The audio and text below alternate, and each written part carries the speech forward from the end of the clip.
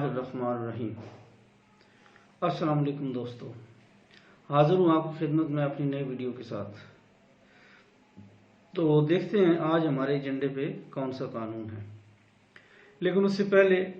کہ ہم وہ دیکھیں ہمیں یہ بھی دیکھنا ہے کہ وہ کون سا ہم کر کیا رہے ہیں۔ تو ہم آرٹیکل 8 کے حوالے سے فرسٹ شیڈول میں دیے گئے قوانین کا مطالعہ کر رہے ہیں، ان کا کریٹیکلی ریویو لے رہے ہیں۔ تو ایک چیز اور فرسٹ شیڈول کے بارے میں بتانا بھول گیا تھا، وہ یہ ہے کہ فرسٹ شیڈول کے آئین کے آرٹیکل 8 کے پیرا 4 سب پیرا 4 کے تحت وہ کہتا ہے notwithstanding anything contained in paragraph B of clause 3 with in A یعنی بی آف کلاس 3 اس کے اوپر وہ کلاس 3 ہے جو یہ کہتی ہے کہ یہ جو قوانین دیے ہیں فرسٹ شیڈول میں یہ ایگزمپٹڈ ہیں۔ وہ کہتا ہے کہ within a period of 2 years from the commencing day, the appropriate legislature shall bring the laws specified in Part 2 of the first schedule into conformity with the rights conferred by this chapter۔ یہ چیز مطلب ہم سے جب ہم اس میں پہنچے تھے، اس کے اوپر یہ جو لکھا ہوا ہے نا Part 2 of the first schedule، یعنی Part 2 of the first schedule کے Part 2 کے جب قوانین ہم نے ڈسکس کرنے شروع کیے تھے تو اس کی انٹروڈکشن مجھے یہ بتا دینا چاہیے تھا کہ بھئی اس پارٹ میں جو قوانین دیے گئے ہیں لیجسلیچر جو ہے آئینی طور پہ ذمہ دار تھی کہ وہ 2 سال کے اندر ان کے اندر اگر کوئی فنڈامنٹل رائٹس کی انکروچمنٹ کی ایلیمنٹس تھے یا اس کی کوئی ایسنس ایسی تھی، اس کی خوشبو کوئی ایسی تھی کہ وہ فنڈامنٹل رائٹس کو ہٹ کر سکتا ہے، تو 2 سال کے اندر اپروپریٹ لیجسلیچر جو ہے اس کا کام تھا کہ وہ اس کو درست کر لیتی۔ یعنی کہ ان ادر ورڈز آپ یہ کہہ سکتے ہیں کہ جو فرسٹ شیڈول کے پارٹ 2 میں قوانین لکھے گئے ہیں ان کو آئین کے پروملگیشن کے 2 سال کے اندر ریویو کیا جانا تھا۔ اس میں ایک چیز اور ہے، اس میں کہتے ہیں provided that appropriate legislature may by resolution extend the said period of 2 years by a period not exceeding 6 months۔ یعنی وہ اگر 2 سال میں نہ کر سکے تو ایک ریزولوشن پاس کریں اور اس میں وہ کہہ دیں کہ یہ کام 2 سال میں ہونا تھا، نہیں ہو سکا تو ہم اس کو 6 مہینے کے لیے ایکسٹینڈ کرتے ہیں۔ لیکن اب آئین کو یہ جو چیز ڈالی گئی تھی یہ پرووائڈڈ، یہ پروویزو اور یہ جو تھا یہ جو پیرا 4 ڈالا گیا تھا یہ بذات خود یعنی part 2 of the first schedule کی جو بات لکھی گئی تھی، یعنی انیشیلی تو یہ سارے قوانین جو پورے جو تھے نا وہ سارے لاز جو ہیں وہ لیجسلیچر کو باؤنڈ کیا گیا تھا کہ وہ ان کو درست کرے، لیکن بعد میں یہ ان بٹوین یہ بریکٹ ڈال کے نا in part 2 of the first schedule یعنی پارٹ 2 والوں کو ہم کریں گے 1 چلنے دینا ہے۔ تو یہ امینڈمنٹ ڈالی گئی تھی آئین کے اندر 1975 میں، یعنی 1975 کے اندر جو تھا 4th امینڈمنٹ ایکٹ 1975 اس کے تحت یہ تھا۔ تو 75 میں اگر یہ ڈال گیا تھا یعنی لیجسلیچر کو باؤنڈ کر دیا گیا تھا کہ وہ فرسٹ شیڈول کے پارٹ 2 کے اندر جتنے قوانین دیے گئے ہیں ان کو وہ ریویو کرے اور اگر انہوں نے دیکھے کہ فنڈامنٹل رائٹ سے وہ متصادم ہوتے ہیں تو ان کو کالعدم قرار دے یا ان کو درست کر لے اس حد تک۔ تو پارٹ 2 کے اندر جو قوانین ہیں اس میں سے جتنے ہم نے ڈسکس کیے ہیں اور ہم نے ظاہر نیڈ ہائی لائٹ کیا کہ یہ وہ سارے قوانین ہیں جن کو نکال دینا چاہیے۔ تو اس میں جو ہے اب تک ہم ڈسکس کر چکے ہیں the companies managing agency and election of directors order 1972، life insurance nationalisation order 1972، rules of exceeding estates abolition of privacy purses and privileges order 1972، income tax correction of returns and false declaration regulation 1969، the Peshawar district and tribal area settlement of disputes regulation 1971 اور the convention Muslim League and Awami League scrutiny of funds regulation 1971، foreign exchange repatriation the foreign assets declaration regulation 1972، the National Press Trust Board of Trustee and Director suspension order 1972 اور control of shipping order 1959۔ تو یہ تو وہ ہیں جو ہم نے discuss کر لیے ہیں اور ہم نے بھی آئیڈینٹیفائی کیا ہے کہ ان کو ریویو ہونا چاہیے اور ان کو نکال دینا چاہیے۔ لیکن جو پارٹ 2 کے اندر سارے قوانین جو ہیں لیجسلیچر کی رسپانسبلٹی تھی کہ 75 میں جب یہ اس میں ڈال دیا گیا تو 2 سال کر لیں، 2.5 سال چلیں، 3 سال کر لیں، تو 1978 تک. لیکن ہوتا یہ ہے کہ 1975 میں جب یہ امینڈمنٹ آئی تو 2 سال بعد یعنی 1967 میں مارشل لا آ گیا. مارشل لا کے بعد جب یہ آئین بحال ہوا 1985 میں، اس بحالی کے بعد پھر اس کو نہیں چھیڑا گیا فرسٹ شیڈیول کے پارٹ 2 کو. تو یوں اس طرح مطلب ہے یہ جو تمام قوانین ہیں آج تک جو ہم نے ڈسکس کیے ہیں وہ سارے ایسے قوانین تھے جو ان آپریشن نہیں ہیں. لیکن آج ہمارے سامنے ایک ایسا قانون آیا ہے جو ان آپریشن ہے، اور وہ ہے جناب مسلم فیملی لا آرڈیننس 1961. اب ہم سب جانتے ہیں عرف عام میں ان قوانین کو آئلی قوانین کہتے ہیں. تو یہ جو آئلی قوانین ہیں اس کا مطلب یہ ہوا کہ لیجسلیچر کی نظر میں یہ قوانین جو ہیں یہ فنڈامنٹل رائٹس کو انکروچ کرتے ہیں. اسی لیے انہوں نے لکھا کہ جی یہ جو ہے آپ نے ان کنفرمیٹی لانا ہے 2 سال کے اندر اندر. لیکن میں نے مسلم فیملی لا 1961 کے آرڈیننس کو ان ڈیٹیل پڑھا ہے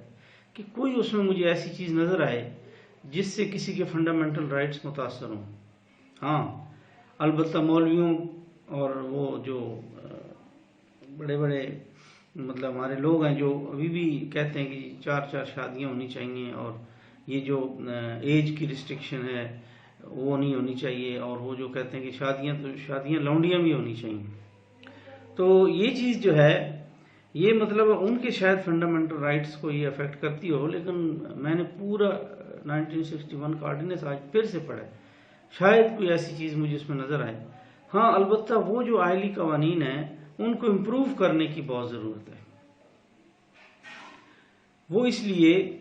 کہ اب آپ کو پتہ ہے کہ جیسے کہ نادرا کے اندر FRC ہوتا ہے، فیملی رجسٹریشن سرٹیفکیٹ، اور جیسا کہ ہمیں پتہ ہے کہ سکسیشن سرٹیفکیٹ لینے کے لیے پہلے لوگ اسٹریٹ اوے کورٹ میں آ کے ایک اپلیکیشن دیتے تھے، اپلیکیشن فار حصول، اس کو اردو میں کہتے ہیں کہ درخواست برائے حصول جانشینی سرٹیفکیٹ. اس کو اب نیا لا آیا کہ جی نہیں آپ نادرا کے پاس جائیں گے، یہ نادرا دے گی. ان میں سے اگر کوئی بندہ ادھر نہ ہو پاکستان میں کہیں ابراڈ ہو اور اس میں اسپیشل پاور آف اٹارنی دے کے اپلیکیشن دائر کرنی ہو، یا فیملی کے کسی ایک ممبر کا یہاں آ کے بایو میٹرک دینا پاسبل نہ ہو، اس صورت میں نادرا NOC دے دیتی ہے کہ جی آپ کورٹ سے ہی جا کے یہ حاصل کریں. تو اس لیے اب یہ ضروری ہے کہ ان قوانین کو امینڈ کیا جائے، ان قوانین کو according to the present day requirement جو ہے وہ لایا جائے. اب جیسا کہ ہم جانتے ہیں کہ نادرا کے سسٹم کے آنے کے بعد پیچھے کوئی گنجائش نہیں رہ جاتی کہ اب ہم اس گلے سڑے 1961 کے قانون کو جو ہے چلائے رکھیں. اب آپ مجھے بتائیں کہ کس طرح ہو سکتا ہے کہ 1961 میں ایک قانون بنا اور آج کے ماڈرن ڈے میں یعنی 2020 میں بھی ہم اسی پہ چل رہے ہیں. وہی آربیٹریشن کونسل، وہی یونین کونسل، اب یہ ہمارے سسٹم کو بڑا ڈیمیج کر رہا ہے. میں آپ کو مثالیں دیتا ہوں. ہمارے کئی دفعہ کورٹ میرجز ہوتی ہیں، وہ ایسی بیسیکلی وہ کورٹ میرج نہیں ہوتی، اس کو ہم چیمبر میرج کہتے ہیں. کیونکہ ہوتا کیا ہے کورٹ میرج میں، لڑکی لڑکا آ جاتے ہیں کورٹس کے اندر، وہ بیٹھے ہوتے ہیں نکاح خوان حضرات، اور گواہان بھی ان کے پاس موجود ہوتے ہیں. وہ جو فیس لیتے ہیں اس میں وہ جو ہے نا وہ وٹنسز کی بھی شامل ہوتی ہے فیس. اور اگر لڑکی لڑکا جو آتے ہیں اگر ساتھ وہ اپنا لے آئیں کوئی گواہان بھی دو تو اور اچھی بات ہے. اب وہ ہوتا کیا ہے کہ وہ آتے ہیں، وہ تشریف لاتے ہیں چیمبر کے اندر، وہاں پر جو نکاح میرج سرمنائز ہو جاتی ہے، نکاح لکھ لیا جاتا ہے، شناختی کارڈوں کی کاپیاں لے لی جاتی ہیں، اور اس کے بعد وہ جو نکاح خواہ ہوتا ہے وہ جا کے کسی یونین کونسل میں جا کے اس کو رجسٹر کروا دیتا ہے. یعنی اس پہ اسٹیمپ لگ جاتی ہے کہ اس یونین کونسل میں یہ رجسٹرڈ ہو گیا. رجسٹریشن کے بعد جو لڑکی ہے اس کی طرف سے ایک استغاثہ پرائیویٹ کمپلین دائر کی جاتی ہے کہ جناب میں اس طرح اپنی مرضی سے اپنے والدین کا گھر چھوڑ کے اپنے ہسبینڈ کے ساتھ ان کے گھر منتقل ہو گئی ہوں، فلاں جگہ میں رہ رہی ہوں، تو وہاں کا جو لوکل علاقہ مجسٹریٹ ہوگا اس کو کمپلین جاتی ہے، پرائیویٹ کمپلین، کہ مجھے اب خطرہ ہے کہ میرے بھائیوں سے، میرے والد سے، کہ وہ مجھے نقصان نہ پہنچائے۔ اس میں اس کا بیان ہو جاتا ہے اور اس پہ سٹیمپ لگ جاتی ہے، وہاں اس کے والدین کو، اس کے بھائیوں کو نوٹس چلا جاتا ہے۔ نوٹسوں کو کوئی وہ نہیں کرتا، پرسو نہیں کرتا، بس وہ ایک کورٹ کے بیان کا ٹھپا لگ جاتا ہے تو ان کو ایک تحفظ حاصل ہو جاتا ہے۔ دوسری طرف اگر لڑکے پہ FIR ہو جائے، والدین کرا دیں کہ جس نے ہماری لڑکی کو اغوا کر لی ہے، اس صورت میں یہ ہوتا ہے کہ لڑکی کو ایگزیکٹو مجسٹریٹ کے سامنے پیش کر کے 164 کے بیان کی درخواست دے دی جاتی ہے۔ وہ بیان جو ہوتا ہے وہ ہو جاتا ہے کہ میں اپنی مرضی سے کیا، اور لڑکی کو دارالمان بھجوا دیا جاتا ہے، 2-4 دن بعد اس کا بیان لے کے اس کو اپنے ہسبینڈ کے ساتھ جانے کی اجازت دے دی جاتی ہے۔ ایز سچ یہ کوئی کورٹ میرج نہیں ہوتی، یہ چیمبر میرج ہوتی ہے، جہاں وکیل کے چیمبر میں بیٹھ کے یہ ایک نکاح پڑھا دیا جاتا ہے، سلمنائز ہو جاتا ہے، اس کے بعد وہ رجسٹرڈ ہوتا ہے، رجسٹر کے بعد وہ ادھر 164 کا بیان ہوتا ہے یا پھر پرائیویٹ کمپلین ہوتی ہے۔ اب اگر اس کو ہم تھوڑا سا ماڈرنائز کر دیں، ہم قانون کے اندر یہ چیز لے آئیں کہ جب بھی کوئی نکاح کرے گا تو وہ نکاح جو رجسٹرار ہوگا ود ان 1 ویک وہ نکاح نامہ لے کے نادرا آفس جائیں گے، اور وہ رجسٹرار جو ہے وہ اس وقت تک اس نکاح نامے کو رجسٹر نہیں کرے گا جب تک نادرا سے تصدیق نہیں ہو جاتی۔ وہاں وہ لڑکی لڑکا جائیں، اپنے بایو میٹرکس دیں، اپنے بایو میٹرکس دے کے نکاح نامہ دکھائیں، اور نکاح نامہ دکھا کے اس کے بعد وہ اپنا حاصل کریں FRC، فیملی رجسٹر ہو گئی نا، ایک لڑکا ہے ایک لڑکی ہے، دونوں نے شادی کی ہے، نکاح نامہ موجود ہے۔ اور اس کے بعد جب وہ یہ ہو جائے، اب اس میں ایک چیز کر لیں کہ اب چلیں نکاح رجسٹرار جو یونی کونسل میں جہاں پر اس کو سٹیمپ لگ گئی ہے، وہ سٹیمپ لگانے کے 1 ہفتے بعد کر لیں، یعنی after registration of marriage in the appropriate union council. اس کے بعد وہ نادرا میں آ جائیں خود ہی، اور اگر وہ نادرا میں نہیں آتے اور اس کو مطلب ٹائم زیادہ ہو جاتا ہے تو وہ ٹائم بارڈ ہو جائے۔ یعنی اس کو اب ہم نے ماڈرنائز کرنا ہے، اور نکاح نامے کا جو فارم ہے اس کے اوپر بھی بلڈ گروپس کا ایڈ ہونا چاہیے، کہ بعض اوقات بلڈ گروپس کی وجہ سے آگے سے جو نسل پیدا ہوتی ہے اس میں جو ہے وہ مطلب ہے کہ کمپلیکیشنز ہو جاتی ہیں، تو ضروری ہے کہ اب ہم ماڈرن اس کی طرف آئیں۔ اس میں تصویریں لگانے کا بھی آپشن موجود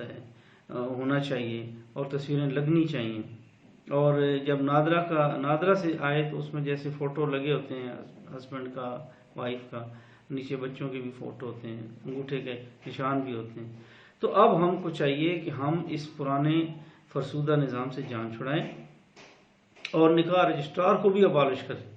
اسٹیٹ اوے یونین کونسل کو جو ہے نا اس کو نادرا کو کریں نکاح رجسٹرار، جیسا کہ ہم نے سکسیشن سرٹیفکیٹ کے لیے اب نادرا کو کر دیا ہے کہ وہ ایشو کرے گا۔ فیملی رجسٹریشن سرٹیفکیٹ جو ایشو کرتا ہے اسی کے پاس جانا چاہیے فار رجسٹریشن آف فیملی۔ اب یہ تو نہیں ہو سکتا کہ نکاح رجسٹرار کوئی اور ہے، فیملی رجسٹرار کوئی اور ہے۔ ان ادر ورڈز اگر ہم موجودہ سینیریو میں دیکھیں تو یہی لگتا ہے نا کہ نکاح رجسٹرار جو ہے وہ بیٹھا ہوا ہے یونی کونسل میں، اور یونی کونسل میں کو بیٹھا ہوا بھی نہیں ہوتا۔ یونی کونسل کے جو چیئرمین یونی کونسل ہے اس کو یہ پاور ہوتی ہے کہ 1 یا 2 نکاح رجسٹرار جو ہے نامینیٹ کر دیتا ہے، اور نکاح نامے کا جو فارم ہے یہ عام اسٹیشنری شاپ سے مل جاتا ہے۔ آپ نے ایک فارم لیا، آپ نے اس میں نکاح کیا، آپ نے ایک رجسٹرار کو پیسے دے کے اس کو رجسٹر کرا لیا، چلیں جی آپ ہو گئے، اب آپ شادی شدہ ہیں۔ والدین اگر یہ ٹریس کرنا چاہیں کہ ہماری بیٹی کہاں پر ہے اس وقت، کس سے اس نے شادی کر لی ہے، وہ یہ چیز نہیں ٹریس کر سکتے، اور اگر یہ نادرا کے اندر ہو جائے تو ان کے پاس پتہ ہو کہ بھئی اگر اس نے آج شادی کی ہے تو ود ان 7 days جو ہے وہ نادرا میں اس کا آ جائے گا۔ وہ ان دنوں میں نادرا سے اگر پتہ کراتا رہے، والد ہے اس کا حق ہے وہ جانے، اور اسی طرح لڑکے کے والدین ہیں وہ جاننا چاہیں وہ بھی جان سکتے ہیں۔ تو یہ چیز اب انفارمیشن وہاں موجود ہونی چاہیے۔ میرے پاس بھی ایک کیس آیا تھا جہاں پر وہ بچی کی ملاقات کرانے کے لیے انہوں نے اپلیکیشن ڈالی کہ ہمارے وزٹنگ رائٹس ہیں، تو انہیں یہ نہیں پتہ چل رہا تھا کہ وہ جو ہماری بہو ہے جو ہمیں ابنڈن کر کے چلی گئی، یعنی طلاق لے کے چلی گئی، ہم نے طلاق دی تو وہ گھر چھوڑ کے چلی گئی، اب اس نے دوسری شادی کی ہے کہ نہیں، یہ جاننے کے لیے اب آپ کتنی یونین کونسلوں کے چکر لگائیں گے کہ بھئی اس نام کا کوئی شادی شدہ کوئی بندہ تو نہیں آیا جس نے کوئی نکاح رجسٹر کرایا ہو. وائی ناٹ سینٹرلی نادرا کے پاس بندہ جائے، معلومات لے کے اس پہ اس اپروپریٹ کیس کرے. جیسے ان کی بچی کی کسٹڈی کا معاملہ تھا کہ اگر اس نے شادی دوسری کر لی ہے اور ان کی نالج میں ہو کہ فلاں بندے سے کر لیا، تو یہ کلیم کر سکتے تھے کہ بچی ہمیں دی جائے کیونکہ وہ ایک اجنبی باپ کے پاس ہے اور بچی کا معاملہ ہے، ہم رسک نہیں لینا چاہتے کہ وہ ادھر رہے. تو اس طرح کی یہ سارے معاملات جو ہیں. اچھا پھر بعض اوقات یہ ہوتا ہے کہ یہ نکاح ہو گیا، اب اس کے سائنوں سے دنیا مکری کھلی ہے، وہ کہتے ہیں یہ نہیں، یہ میرے سائن نہیں ہے، مجھ سے زبردستی نکاح پڑھوایا گیا ہے، مجھ سے زبردست. اب کوئی بندہ اگر نادرا کے ہاں جا کے بایو میٹرک دے گا تو کوئی کہہ سکے گا کہ مجھے زبردستی لے کے گئے. کیوں؟ نادرا کے پاس جاؤ گے، ایک آفس ہے، وہاں پر سیکورٹی گارڈ ہے، واک تھرو گیٹ ہے، کیمرے لگے ہوئے ہیں، سی سی ٹی وی کیمرے، آپ کو پتہ چل جائے گا کہ آپ کہاں جا رہے ہیں، آپ وہاں انگوٹھے لگا رہے ہیں، اس کے بعد آپ نے فیملی رجسٹر کرائی ہے، آپ نے نکاح نامہ دکھایا ہے. اب اس پہ کوئی کسی قسم کا کوئی جھوٹ نہیں، بہتان نہیں لگ سکتا. لیکن ہو کیا رہا ہے؟ نکاح ہوا، رجسٹر ہوا، نادرا کو کوئی پتہ نہیں، والدین کو کوئی پتہ نہیں، اور اس کے بعد جناب وہ آگے اگر تو لڑکی رضامند ہے اور وہ بولڈ ہے اور وہ اپنے ساتھ اس کے ساتھ رہنے کا بیان دے دیتی ہے اور وہ نہیں ڈرتی تو ٹھیک ہے، نہیں تو وہ اپنے بیان سے مکر جائے گی، وہ کہے گی جی نہیں ایسا تو کچھ تھا ہی نہیں، مجھ سے زبردستی کرایا گیا ہے، مجھ سے سائن بھی زبردستی کرا لیے گئے ہیں، وہ گواہ بھی اس کے اپنے ہی تھے. ایون کہ اتنا ہائی پروفائل ہمارے ساتھ یہ ہوا جو ماروی میمن اور جو تھے ہمارے سابقہ وزیر خزانہ اسحاق ڈار صاحب، انہوں نے بھی اسی طرح کے ایک جعلی نکاح نامہ تیار کرایا جس میں ان کے اپنے سرونٹس نے سائن کر دیا ایز اے گواہ، اور انہوں نے اپنا نکاح خود ہی پڑھ دیا. کوئی عرض نہیں ہے پیشوائیت یا ہمیں کوئی پادریوں کی یا مطلب اس طرح کی پاپائیت سے دور رہنا چاہیے. لیکن اس کی رجسٹریشن نہ ہونے کی وجہ سے وہ شادی آج تک مشکوک ہے، اور اس کا نقصان کس کو ہوتا ہے؟ لڑکیوں کو ہوتا ہے. ہتھیں چڑھ گئیں. اسی طرح ان رجسٹرڈ نکاح نامہ مطلب رجسٹرڈ ہو گیا، اس کے بعد جو ہے میرج کنزیوم ہو گئی، اور اس کے بعد نادرا کی طرف گئے بغیر ہی وہ فیملیز نے بیچ میں جو ہے آ کے بیچ بچاؤ کرایا، اور اس کے بعد کمپرومائز کی طرف چلا گیا. آنر ہے، پیرنٹس کا بھی ایک آنر ایٹ سٹیک ہوتا ہے، تو وہ اس کو پھر درست کر لیا جاتا ہے. تو یہ چیزیں ہیں جناب. مجھے اس جو لا ہے، پہلا قانون ہے جو سامنے آیا ہے جو فنڈامنٹل رائٹ سے متصادم بھی نہیں ہے، اور نہ ہی ضرورت ہے کہ اس کو امپروو کرنے کی ضرور ہے، لیکن اس کو وہاں سے نکالنے کی بالکل ضرورت نہیں ہے میرے ذاتی اوپینین میں. اور میں انشاءاللہ نظیم ہر فورم پہ یہ چیز کہوں گا، اتھارٹیز کے نالج میں بھی لوں گا کہ اب میرج رجسٹریشن جو ہے اس کو بھی یونین کونسل سے اٹھا کے نادرا کے پاس بھیج دو،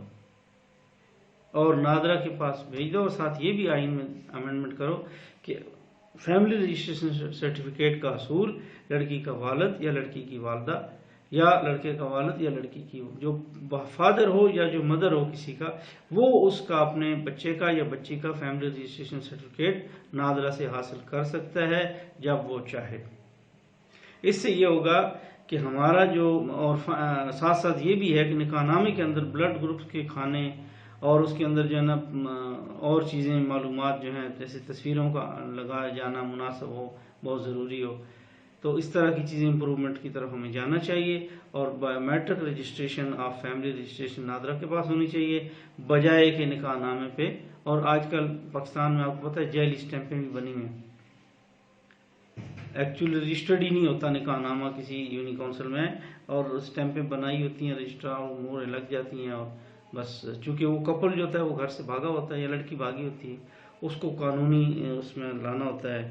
وہ مطمئن کرنا ہوتا ہے کہ یہ کہیں رجسٹرڈ بھی ہو، اس کو اسٹیمپیں لگا کے دکھا دی جاتی ہیں، وہ مطمئن ہو جاتے ہیں. الٹیمیٹلی بھگتتے وہی ہیں جو یہ غلط کام کرتے ہیں، یہ غلط قدم اٹھاتے ہیں. تو یہ تھا جناب آج کا لیکچر. آپ کو بہت بہت شکریہ. امید آپ کو پسند آئے گا. آپ مجھے اپنی دعاؤں میں یاد رکھیے گا، اور اپنا اپنے گھر والوں کا، فیملیز کا، بچوں کا، ارد گرد لوگوں کا بہت خیال رکھیے گا. مجھے دیجیے اجازت. السلام علیکم ورحمۃ اللہ وبرکاتہ.